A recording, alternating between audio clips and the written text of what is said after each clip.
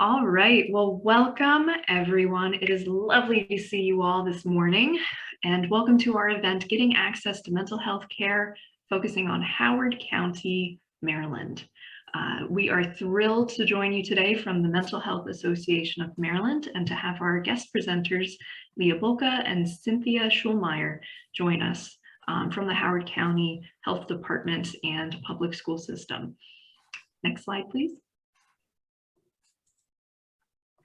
So a couple housekeeping items before we go ahead and dive into our content for today. We want to invite everyone to mute your microphone when you're not speaking. The first part of this presentation will be us kind of sharing information with you. We have a lot of resources and practical information that we want to share. And so if you could keep your microphones muted for the first part of the presentation. And then nearer to the end, we will invite folks to ask any questions that you may have, at which point you will be invited to unmute, or you're welcome to use the chat box throughout the presentation. Type your questions in as they bubble up, and we will keep tabs on them and circle back to them at the end. I do notice that we have some friends joining us on Zoom today and also on the phone. So we have about 46 people here with us right now. That number may go up a little bit as the last couple of folks trickle in. So I just want to invite everyone to keep in mind that not everyone may be able to see you or to see the chat box if they're joining over the phone, and to just really enunciate and speak accordingly so everyone is easily understood. Our friends on the phone, I want to invite you. We mentioned unmuting. You can do that by hitting *6 on your phone when it's time for the question and answer period. Otherwise, if you accidentally become unmuted during the presentation, one of us will just kind of go in and click mute for you. And when we get to the question and answer period, we'll remind you *6 to unmute so you can participate as well. Now, we do have PowerPoint slides for this presentation, and the slides with all the links, copies of the resources, and the recording of this event will be available online at our webpage. You can see it there at the bottom, mhamd.org/accesscaremd, and all the resources for today's presentation about Howard County, as well as the resources from our Baltimore County presentation, are on that web page. And once we're finished editing the recording, it will be available there as well. So we will also send you an email after today's presentation with a reminder of that link and where you can access the resources. Like I mentioned, there'll be a question and answer period at the end, and we will also invite you to fill out a survey at the end as well. Just an opportunity for you to tell us how we did with this presentation and give us any advice for this presentation series moving forward as we do it with other companies. Tiffany, did I leave anything out? Can you hear me? Can you hear me?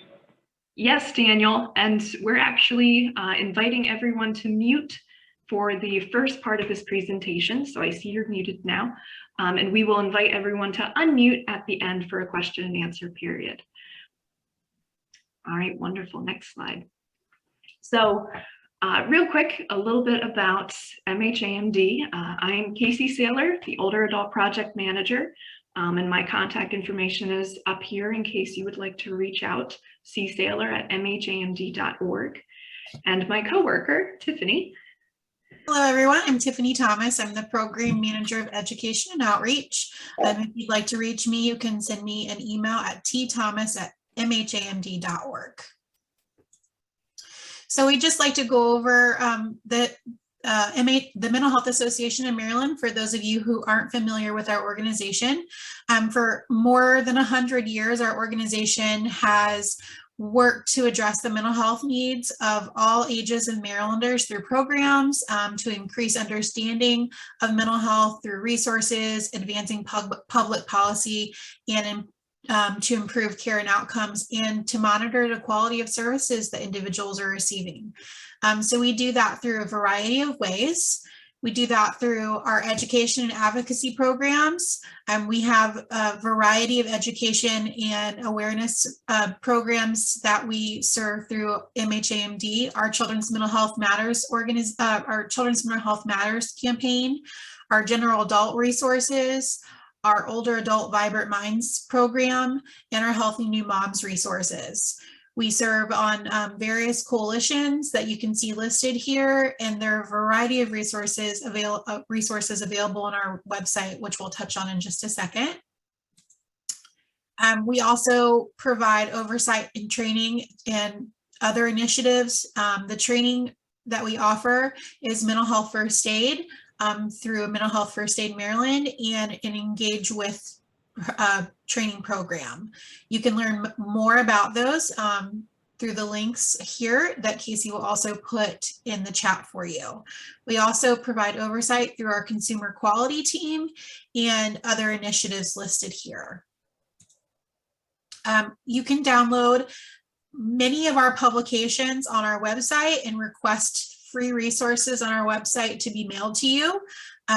If you would like any of those mailed to you, you can send an email to info@mhamd.org, or you can go onto our website and use the form to request those as well. When you go to our website, this is what our publications website page looks like. So you would go to mhamd.org and you would go up to the publications link at the top, and it will take you to this page here. Or you can use the direct link that Casey will put in the chat for you, and you can download those straight to your computer, or like I said, request them to be mailed to you if you would like a paper copy. And those are for our resources that are for general adults, older adults, and we also link to many of our children's resources as well.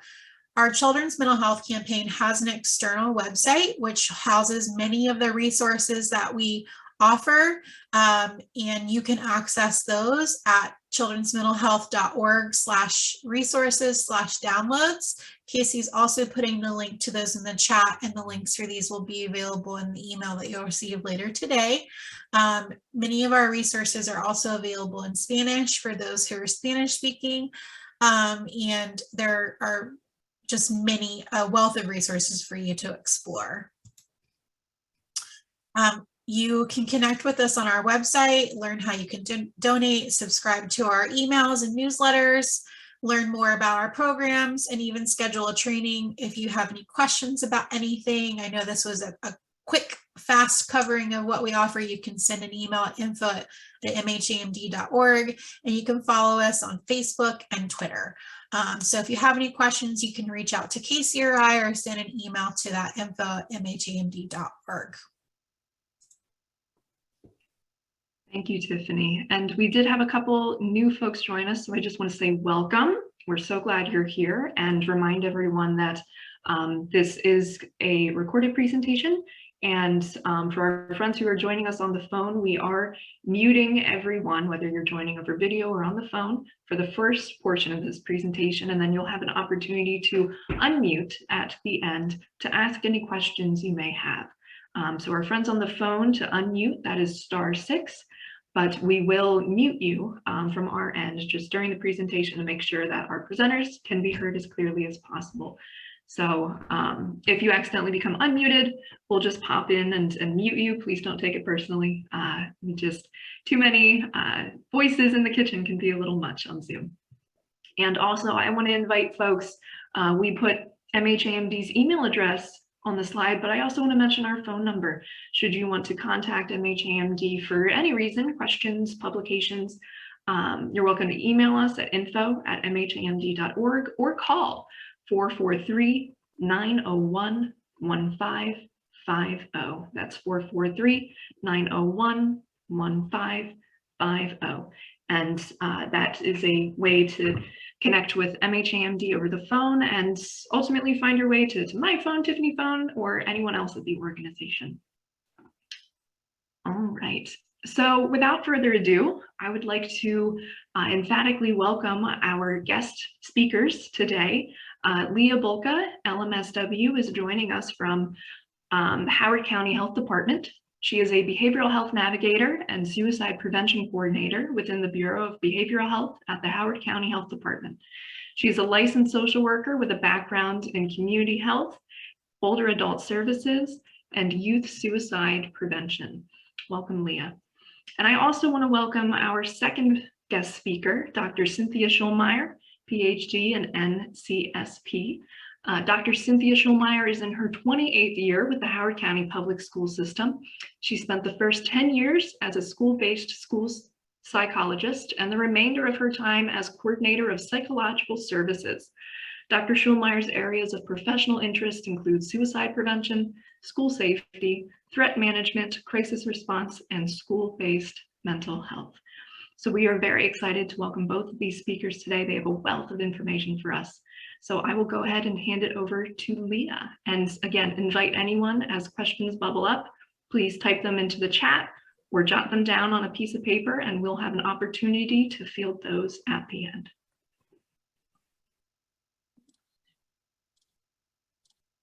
All right, can you see my screen?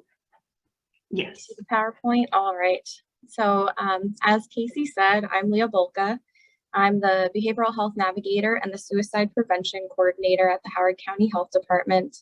And today I want to give an overview of what we do within the Bureau of Behavioral Health at the Health Department, but also some community resources that are run by nonprofits in our community, and then county government services, which are all access points to mental health care.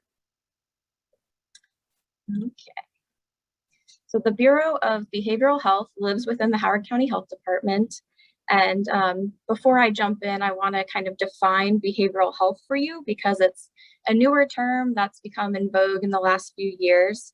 And we essentially use it to refer to the overall well-being and resilience of an individual, and that includes their mental health and substance use habits. So we do both within the Bureau of Behavioral Health. The overarching goal of our Bureau is to act as a connector to help in the county and to ensure equitable access to behavioral health resources for all Howard County residents. The Bureau of Behavioral Health is also the local behavioral health authority, which oversees the public behavioral health system. And so that refers to all of those providers, practices, and programs that bill Medicaid insurance. As the LBHA, as we say, the Bureau maintains resource directories to help community members locate care and resources. And you can call us for access to any of these programs that I'm about to get into at 410-313-6202. You can also find us online at howardcountymd.gov/get-help. All right, so I'm going to do kind of a deep dive into 4 of our programs that are most often public facing in terms of connecting community members with resources and referrals to mental health and substance use treatment. The first is navigation, behavioral health navigation, which is the program that I run. Anyone in the county, so that's individuals, families, teachers, professionals, caregivers, they can call me to find mental health and substance use resources. I can also assist with problem solving and providing guidance on what to expect when seeking treatment, and help folks connect with social and financial resources as well. My phone number is there. It's 410-313-6240. But again, all of the contact information on this page is also on our main Bureau of Behavioral Health website. The next program is Immigrant Behavioral Health, which is run by my colleague Heidi. This program connects undocumented and uninsured community members with substance use and mental health treatment and helps guide them through the behavioral health system. Heidi also runs the psychogeriatric program, which provides information to older adults, their family members, and caregivers on older adult resources in Howard County. So that could be assisted living, adult daycare, and then also behavioral health treatment. And then finally, in the Bureau, we have several peer recovery specialists on staff who specifically help community members get connected with treatment options and resources for substance use services. So that includes things like harm reduction services like needle exchange, Narcan trainings on how to reverse an overdose, and then just connection to general resources and talking to people who might be contemplating changing their behavior but aren't quite there yet. Our peers are also embedded in several different settings. So they're at the hospital, they're at On Our Own of Maryland, they're in the detention center, and they're even in the school system. So we're really trying to meet people where they are in the community to make accessing care as easy as possible. And you can reach our peer hotline at 667-203-1253. I should also add that as a bureau, we table at a lot of community events, and we also have a harm reduction RV that's been sidelined a little bit from our COVID mobile treatment, but we're hoping to get that back up and running soon. And our goal really is to get to meet people in the community where they are and to make accessing treatment as easy as possible. And again, that phone number for the bureau is 410-313-6202. I know that's a lot of phone numbers, but all of this is going to be on the website and in the PowerPoint. All right, so I'm going to transition to some of our community resources. Where do you go in Howard County when you're in crisis? A lot of people in Howard County might be familiar with the Grassroots Crisis Intervention Center, but they probably don't know all of the different things that Grassroots provides in our community. I first want to say that you should put this phone number, 410-531-6677, in your phones or write it down. I encourage everybody to have that on hand. You might be familiar with Grassroots Shelter Services. They offer emergency shelter, cold weather shelters. They have a motel program. They have a day resource center in Jessup. But Grassroots is also very well known for their 24-hour crisis counseling hotline that anybody can call if they themselves are in a mental health crisis or feeling distressed, or if a family or friend or a family member or friend is also in crisis, you can call on their behalf. They staff a mobile crisis team, which is a co-responder model, meaning that they partner with the police department on mental health crisis calls. And Grassroots offers walk-in crisis counseling and a crisis stabilization program called New Beginnings for substance use. So you can access all of those programs by calling 410-531-6677. Over the summer, Shepherd Pratt opened up a new facility in Elkridge in Howard County, and that includes a new psychiatric urgent care program, which individuals in crisis can walk in for services and be triaged to the appropriate level of care. And that is open Monday through Friday, 10 a.m. to 8 p.m. And I'll give you their phone number as well. That's 410-938-5000. They're over in Elkridge off of Discovery Drive. It's a beautiful facility. In Maryland, in Central Maryland specifically, there is a Maryland helpline that you can call 211-press-1, and you'll be connected with a crisis counselor.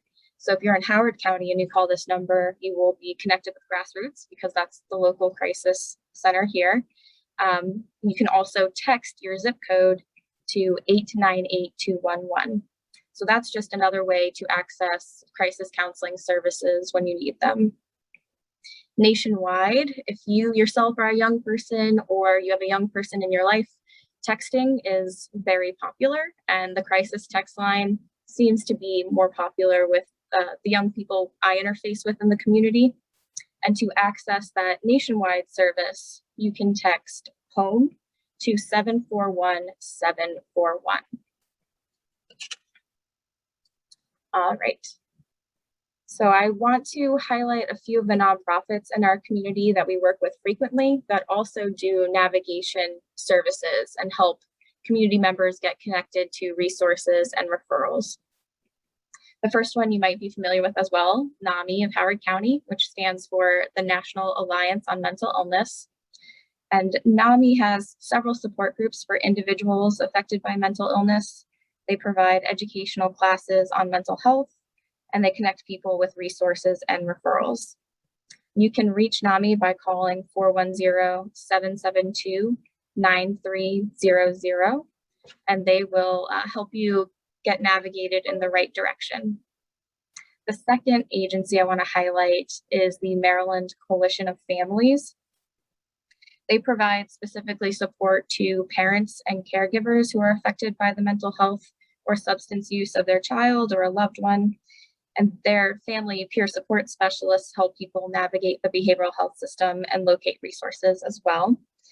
They run several support groups across the state of Maryland too, some of which are for adult children of parents who might be experiencing mental health or substance use issues.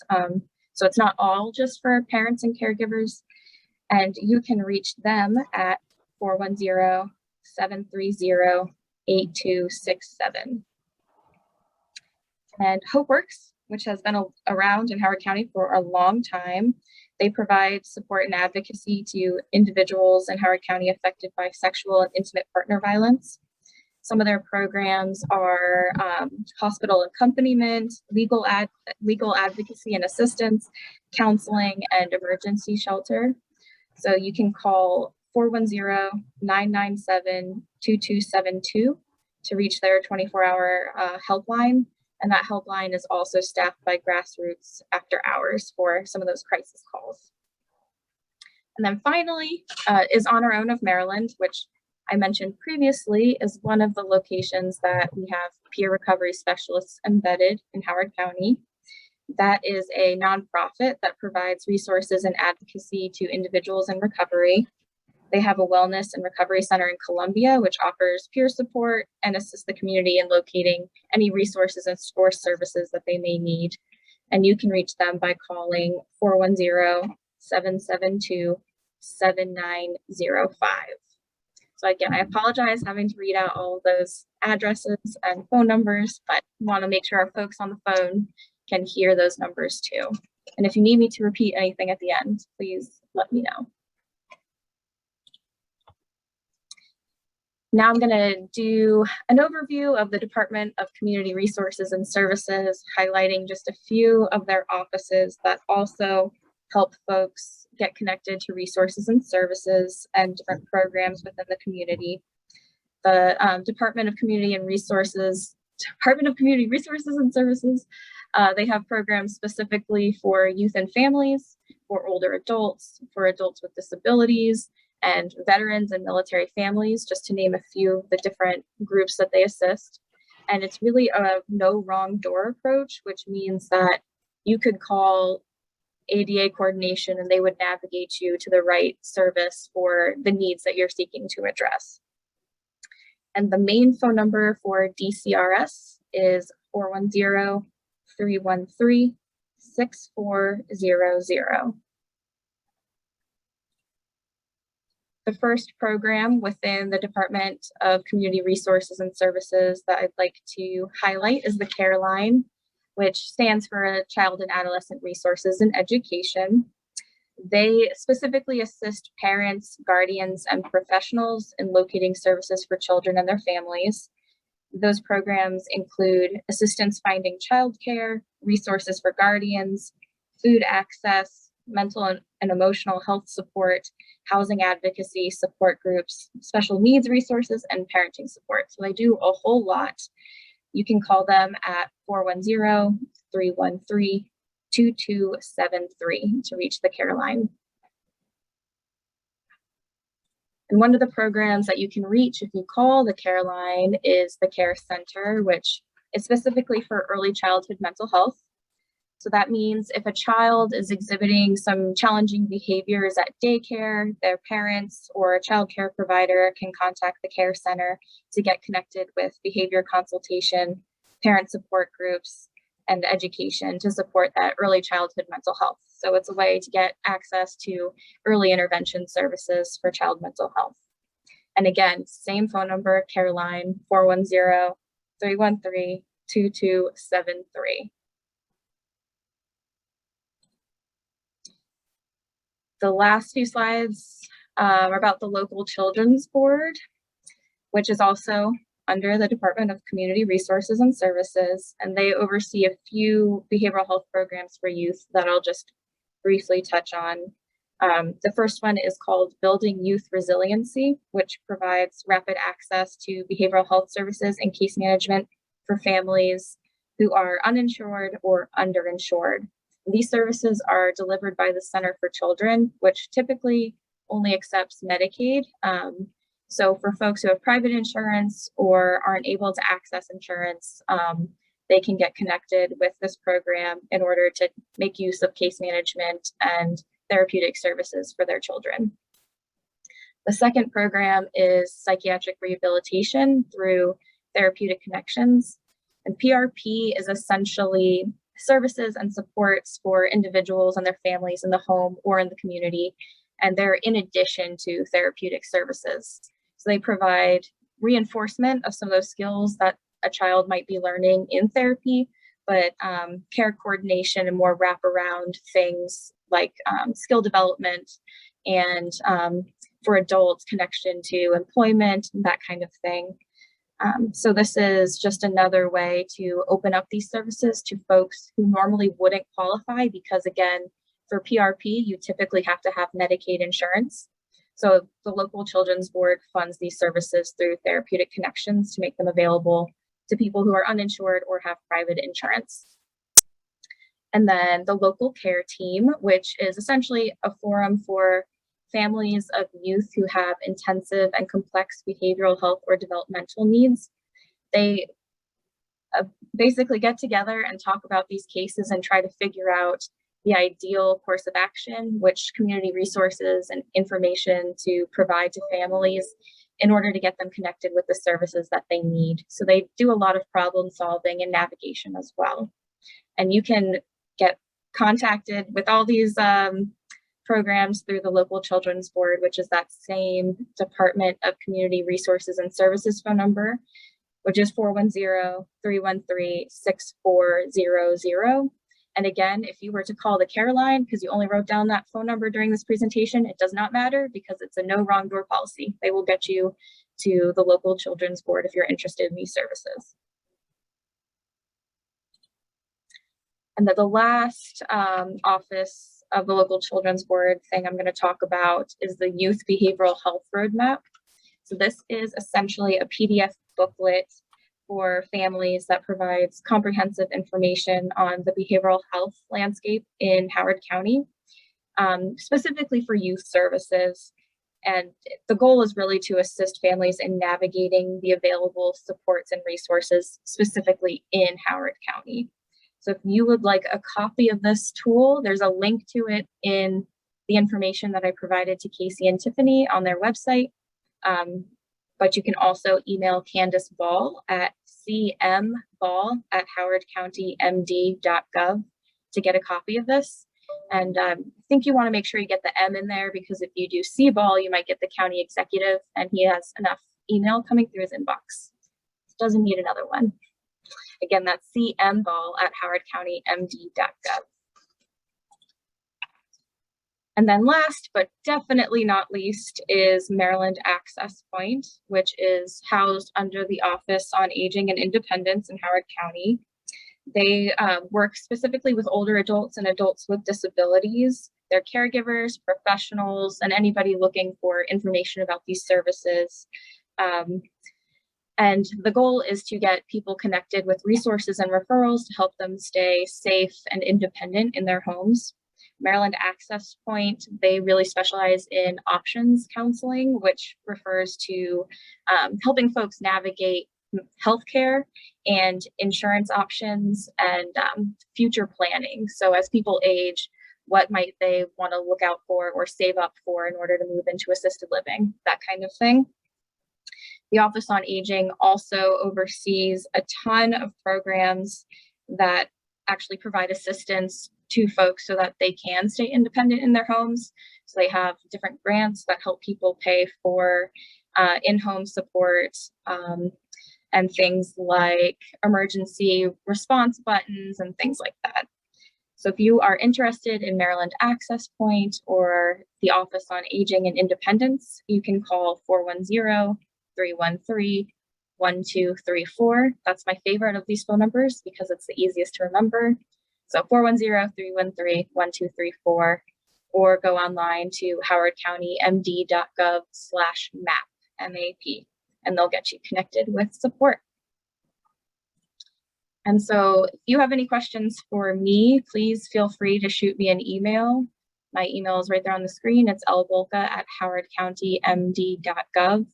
And that web address there will take you to the navigation page on the Howard County Health Department website. So if you have any questions about anything or someone you would like to refer to my program, you can shoot me a referral. All right, I'm going to hand it over to Dr. Schulmeyer with the school system. Thank you.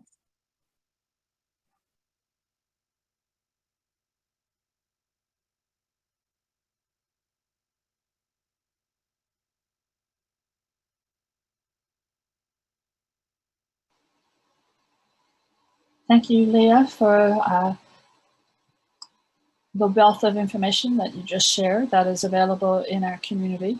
And certainly thanks to Casey and Tiffany for the opportunity to share with you today some information about the school system. Before I move on, I would just like to just double check that people are able to view the PowerPoint. If I could get like a thumbs up from anybody, that would be helpful. Good to go, Cynthia. We can see it perfect. All right. You know, for as long as we've all been doing this new technology world, it still feels very awkward. So thank you everybody for your patience today as we are sharing with you a lot of information. And so I will be no different here with the school system. So how I wanted to handle our time together today was as I really divided our presentation into 4 different areas.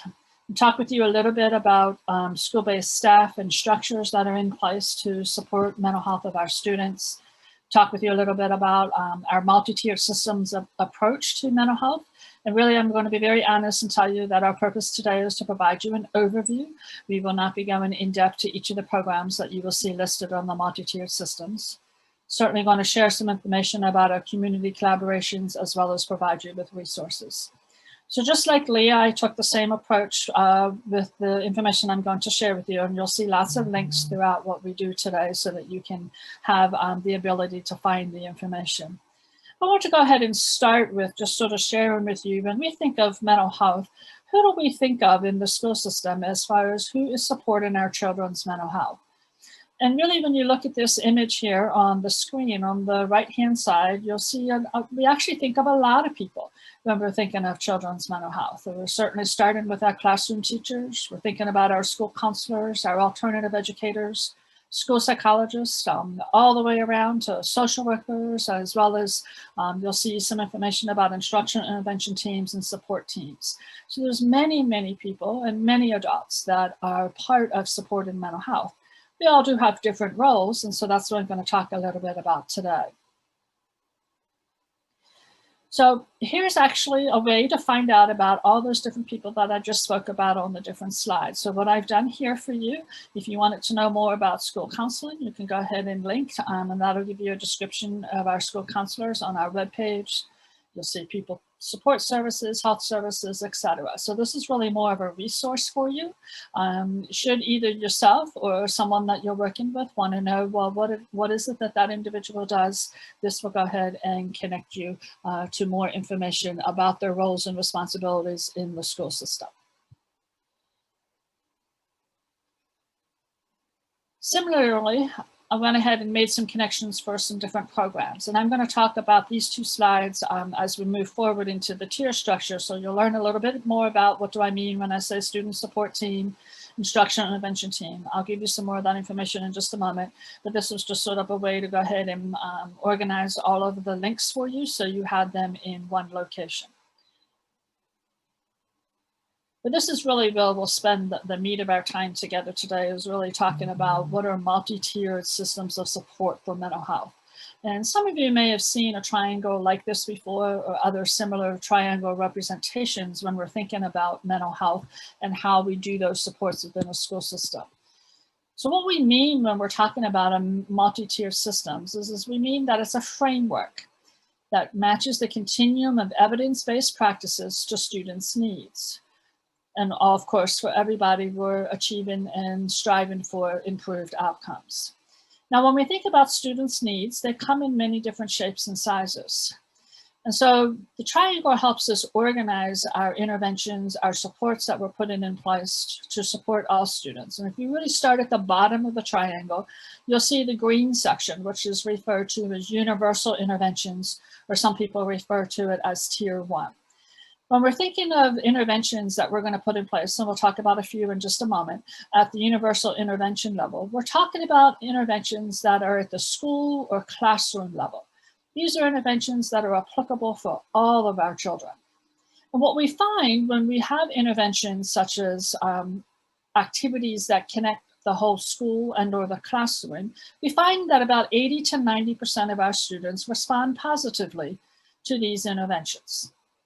However, we know some students need a little bit more, and so we move up our way in the triangle, and then we move into the yellow area, which is referred to as targeted interventions, or sometimes you'll hear people say tier 2.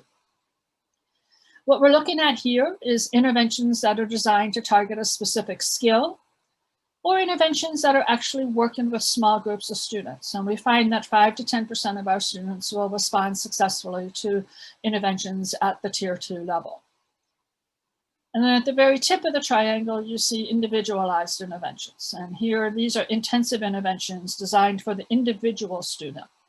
And we'll find that about 1 to 5% of our students will need interventions at this level. So let's just dive a little bit deeper into what we mean by the tiers. But before we do that, I wanted to just give you an idea of who supports these interventions at different levels. If you recall the slide a few slides ago, I shared with you the variety of staff who are supporting mental health. And then I shared with you the triangle. And this is literally just a cross section of individuals and where they put a lot of their energy. So if we start with our classroom teachers, for instance, about 2/3 of the way down the chart. Classroom teachers are absolutely going to be supporting universal interventions, things that are happening in their classroom, things that are happening in their school. They may also be involved with small group interventions that are supporting mental health. Whereas you see a number of other folks listed here who actually intersect at all 3 levels. School counselors, school psychologists, pupil personnel workers, school social workers are involved at all 3 levels. They're involved in interventions at the school, classroom level, small group level, as well as individual support. So that's really what this chart just represents, sort of the cross section of the interventions and the individuals who are most frequently connected with those interventions. But let's go ahead and spend a few minutes talking about what are some interventions that might be put in place at the universal level.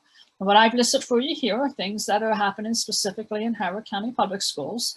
And I know many things are also happening. If you so happen to be connected to another school district, you'll see many of these same things happening in those school districts as well. About 2 years ago, we implemented both at the elementary level as well as at our middle school level, we implemented social emotional learning. These are daily lessons that occur for our children, and we're using a curriculum that's called the Collaborative Classrooms, and it is providing opportunities to provide direct instruction in social emotional skills. Another example of universal interventions is something that we actually do for staff. At the start of every school year, all of our staff participate in a training that's called Suicide Prevention Information for Educators. This is an opportunity to review risk factors, warning signs, and protective factors when we're thinking about students who may be at risk for suicide. Schools in Howard County also implement positive behavior intervention and supports, as well as utilizing restorative justice. In addition, schools at Howard County will participate in social emotional lessons as part of their health education curriculum. That happens kindergarten through 9th grade, as well as the school counseling curriculum that happens in kindergarten through 12th grade. So what you see with those 4 items there is that these are all items that all children will experience during their time in Howard County Public School System. During this time that we're living, though, it's certainly an opportunity to share with you some additional interventions that we've put in place that are directly connected to COVID. So we've certainly made some materials available for families, and these two are links. The COVID resources for parents, as well as mental health and wellness, are links to different sets of resources on our website that are available for families. The COVID resources particularly is regularly updated as things have been evolving over the past 18 months. Another intervention that we put in place system-wide is something that we called the Reentry Social Emotional Behavior Look-Fors. And really what this was a way for teachers and any other staff in the building to identify students that they're concerned about. And they might be concerned because of something that's happening in their life related to COVID. Perhaps they're concerned related to classroom performance. And this was a particular part of focus when we were either in virtual learning or in hybrid learning. And then certainly, as always, we want to make sure that teachers and others are identifying students that they're concerned about for social emotional well-being and going ahead and getting some supports.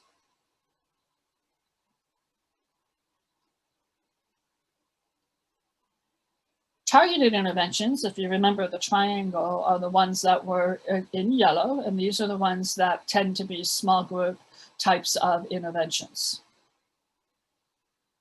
Now, while the triangle is very nicely designed, it looks like it's in 3 sections, I'm going to be honest with you and tell you that life doesn't work that way. So certainly there are going to be some interventions that filter perhaps both in the universal section as well as in the targeted section. But for instance, some things that apply for smaller groups of students is our in-school alternative education programs. 30 of our schools have these programs available. And so these are staff are able to provide additional supports to students, both social emotional as well as academic. There's another program that a number of our schools use that's called Check-in, Check-out.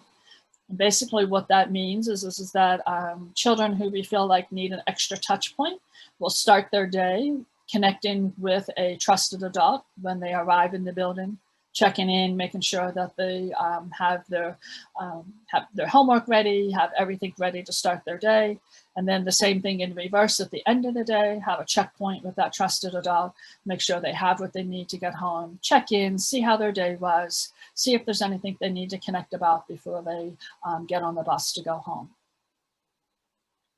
I mentioned on the previous slide something called reentry look-fors, and this is really where then some of the information starts to cross over, because once a teacher identifies a student in one of those reentry look-fors, those referrals go to what you see listed here as the student support team. Student support team is a collection of all of the individuals who support social emotional well-being in a building.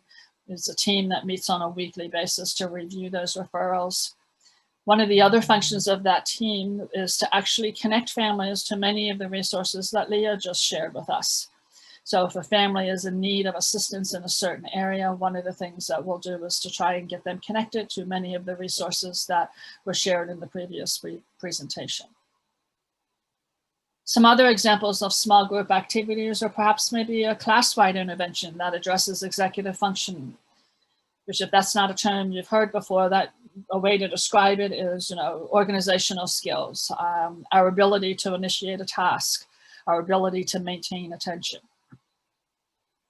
And certainly as well, we're also going to provide small group counseling to students that have been identified in need and supports. And here's a few examples, maybe coping strategies, perhaps self-management strategies, or socialization skills. And then the very tippity top of our tier, we refer to as individualized interventions. So what you're going to see here are things that are designed for that individual student, whether that is a one-to-one counseling situation, or perhaps it's a functional behavior assessment plan, behavior intervention plan for that child. Perhaps maybe we needed to respond to suicidal ideation or threats of harm to others. Perhaps the child might need home and hospital instructional services, and certainly that's an individualized service. Or our child might be referred to our school-based mental health services program. Just added a few additional things here that were particularly relevant for us during, as we're responding during the pandemic, is many of our student service team members connected themselves with a particular student and did regular check-ins with that student. regular check-ins with the family. Now, during times of virtual learning, that of course meant either a phone call home to the student or to the family, or perhaps a video meeting like we're doing right now, in addition to what they would be doing with their classroom teachers. And then certainly, like many other school systems during the pandemic, we were able to pivot and provide our individual services through a telehealth model. And of course, would need to collaborate with the family in order to schedule that. But those were services that were definitely provided during virtual and hybrid learning.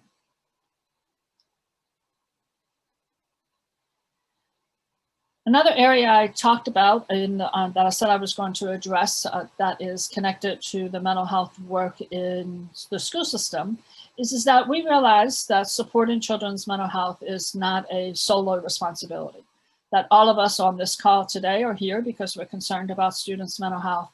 And we have many, many, many other partners in our community who are also concerned about students' mental health. So in Howard County, we've put together something called the Mental Health Community Advisory Council, MCAC for short. And what you see listed here is you see our vision and our mission. We are in our 4th year as a council. We do meet the first Friday of every month. And what our task is as a group of community members who are concerned about children's mental health is we're trying to identify barriers, gaps in our services, and to help us figure out how to go ahead and address those barriers and gaps so that we can make mental health supports more available for our community. So the school system, as well as many, many other of my colleagues from the health department, colleagues from other local agencies, other nonprofit agencies in our community, as well as individual community providers, are all part of this community council. We have about 125 people who participate on this council at this point in time.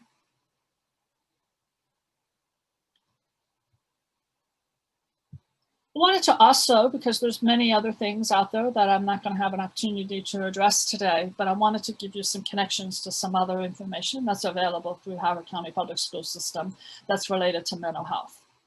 The first one is that on our website, we have something called Community News and Programs.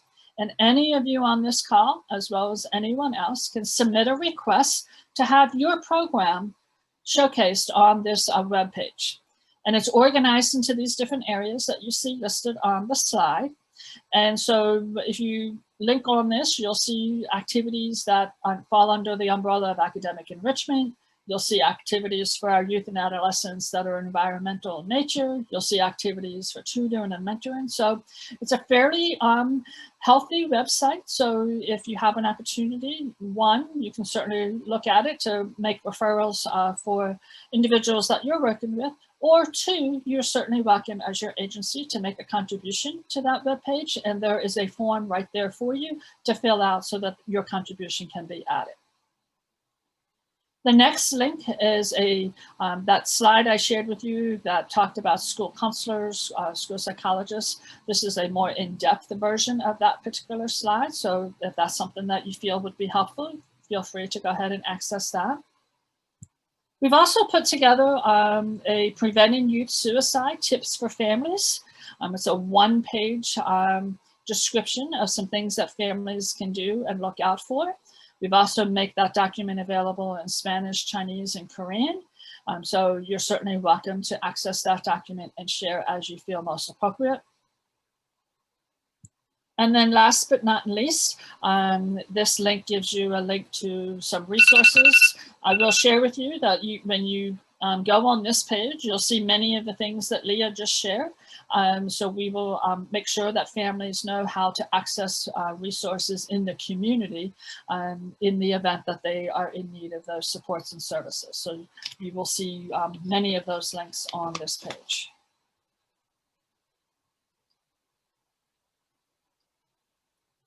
And last but not least, I leave you with my contact information. Certainly you can outreach by email or my office phone if you have anything specific that you want to talk about or you have a particular concern that you want to address, or certainly if you are in need of other resources. So I'm going to stop sharing my screen now because I think we're going to move into some questions. Thank you so much to our presenters, Leah Volka and Dr. Cynthia Schulmeyer. And before we open it up, I just want to ask a quick question of each of you, just as a kind of recap of all the wonderful information that you shared. So we'll start with you, Dr. Schulmeyer. If I am a parent and I am concerned about my child, what is one phone number I can call in order to get help for them? So we always guide families to contact the school counselor at their school. So they're going to need to look at the phone number for their child's school. And then when they call into the school, ask to speak with the school counselor. They are our entryway to many of the things that I just shared. Beautiful. Thank you. So contact that school counselor if you're concerned about a child in your life and need to connect them with some mental health supports.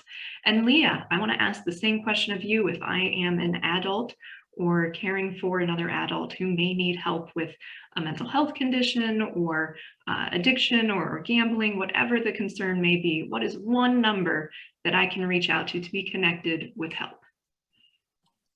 I would say to call the Bureau of Behavioral Health at the Howard County Health Department, and that's 410-313-6202. If it's a crisis situation, then I would encourage them to reach out to Grassroots, which is that 410-531-6677 number.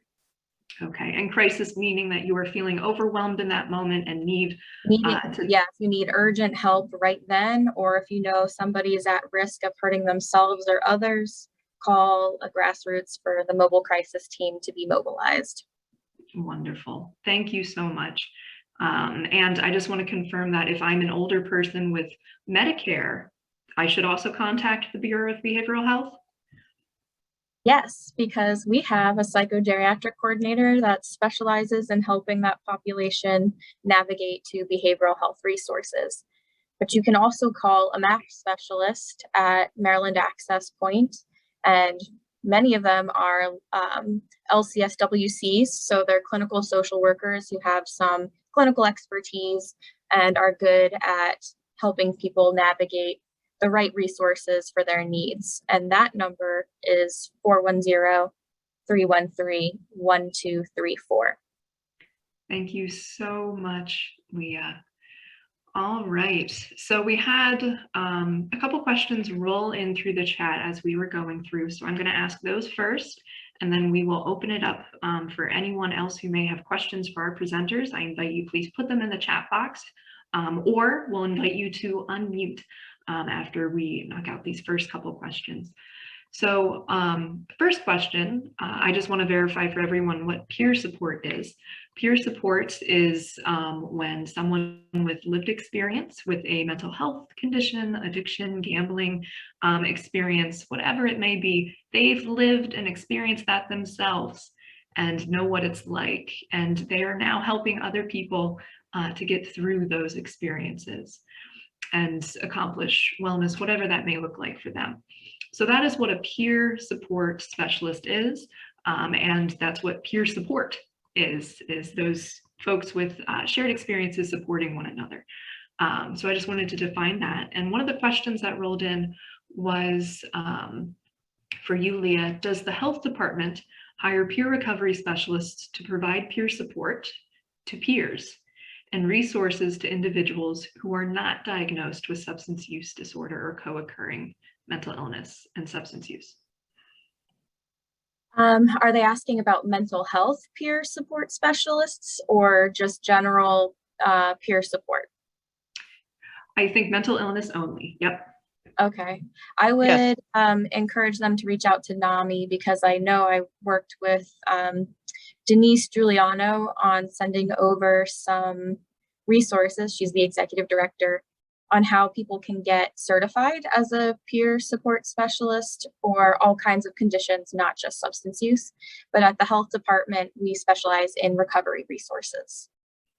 So that's recovery what resources meaning folks who are actively using substances or have recently stopped and are looking to continue abstaining from using substances. So it's all substance use related, but they often are able to speak to other issues if there's things happening simultaneously with mental health and substance use or other social needs. They're really good at helping people navigate the, enmeshed lives that we all lead. Everything kind of informs each other. So can I clarify real quick, Casey? Of course, go ahead, Jackie. Yeah, this is Jackie. I was just I asked that question because the health department, before the integration, we used to have the core service agency that dealt with mental health issues. So now that it's behavioral health, my understanding is that it now was going to, with the integration, still help people that have mental illness and people that have substance use disorders or co-occurring. That was my question. I'm familiar with NAMI, but NAMI doesn't. I was just focused on the health department for our county.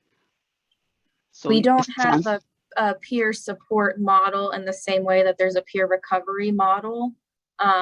That's not like a position or a title at the health department, but myself, Heidi, all the people who are on that slide are able to help folks navigate to mental health resources specifically. Oh, that's too bad. Thank you. I can just jump in really quickly. Hi, everyone. My name is Colleen Nestor, and I work with Leah at the health department. The health department is actually a state government agency, so there are state job classifications around substance use, mental health, and some of the programming. And so, as Leah noted earlier in her presentation, substance use and mental health services merged under the health department umbrella back in 2018. So going forward, as we look to expand programming, it's not out of the possibility. Just currently, our peers are specialized in substance use and recovery models. I put in the chat earlier, and I'll drop it in again. Our current peer recovery support supervisor is Scott Sheldon, and he might be able to elaborate a little bit more on the model that they're currently using and whether there's plans to build in sort of specific mental health peer supports. But currently we use Maryland Coalition of Families and NAMI in Howard County for mental health specific, but some of our peers do have experience with co-occurring, but they are on staff currently for substance use. But we're exploring the expansion around the mental health integration as well.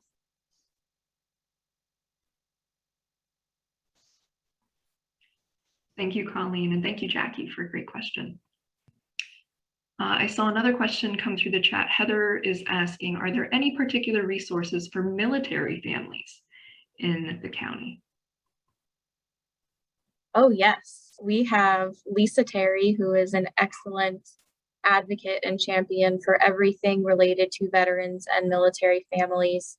And we have recently started a new collaborative with support from some nonprofit agencies to specifically address issues that our veterans and military families are experiencing in Howard County. So it's going to be a Howard County specific collaborative. It hasn't started yet, so we're just getting our feet off the ground.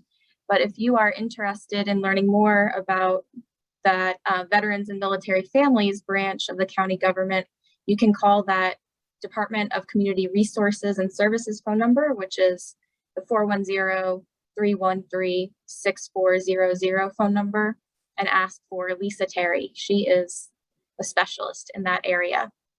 There's also the Stephen A. Cohen Families Clinic that's through Easter Seals, and that's more regional. I think they're based in Montgomery County, but that's specifically for health and mental health services, so I can link that in the chat as well. Thank you. So I want to open it up. Any other questions? There's one more thing. If you know anyone, I'm so sorry, who is a veteran themselves, we have a connection support group at NAMI specifically for veterans. So that's an excellent resource. You can call NAMI and learn more about that. Awesome. Thank you, Leah. Any other questions for our presenters? You're welcome to unmute. For our friends on the phone, that is *6 to unmute. Or put them in the chat.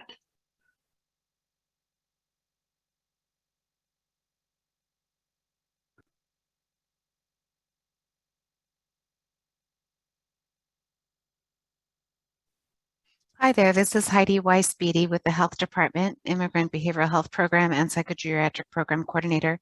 I was trying to go to the school system's website to add the programs to the community supports page. What is the direct link for that? we'll have to put that in the chat. Hang on just a moment. Thank you, Cindy. I've got it, Cindy. You're good. Heidi, would you like to say a little bit about the geriatric services program? Sure, thank you. And I can maybe turn my camera on here.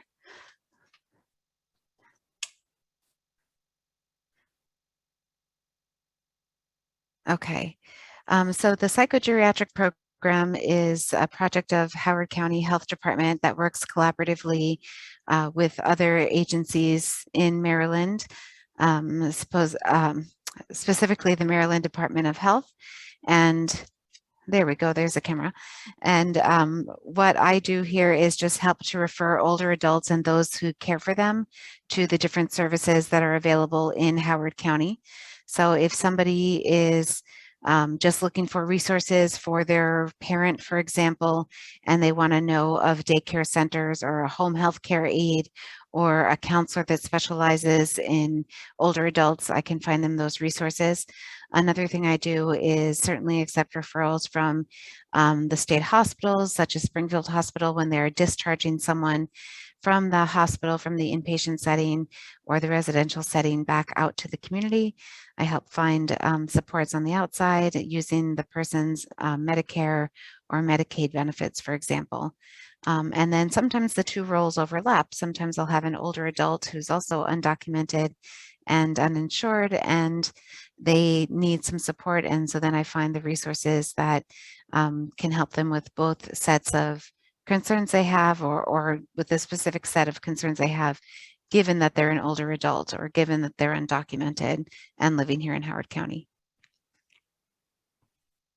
Wonderful, thank you, Heidi. And how can folks, is it you that they would reach out to for help finding a geriatric focused counselor? Yes, they can always call the main number for the Bureau of Behavioral Health that Leah mentioned earlier, but that one is 410-313-6202, or my direct phone number is 410-313-5711. Thank you. And that's so important. As we get older, you know, we have some unique experiences. It can really be helpful to have a counselor who understands the aging process and how that interacts with our mental wellness. So thank you so much, Heidi. And one more question for you, if you don't mind. You mentioned caregiver supports. How would someone who is caregiving for a loved one access any mental health or other supports? So somebody who is taking care of an older adult, a relative, a friend, etc., who feels that they are starting to feel a little stressed or burnt out or overwhelmed or just tired, can certainly reach out for help and services. Here at the health department, I could guide them to two things. One is to a mental health practitioner who might be able to support them. Two is to give them toward or to refer them toward resources that might be of help to the older adult to take some of the pressure off of the person who's caring for them, such as the fantastic 50+ centers that we have here in the community. But the other thing I would do is refer them back to our MAP line, Maryland Access Point. The Howard County number that Leah mentioned before is 410-313-1234. I'd have them call to try to get some help and support for the older adult to take some of the pressure off of them, and then help and support for themselves.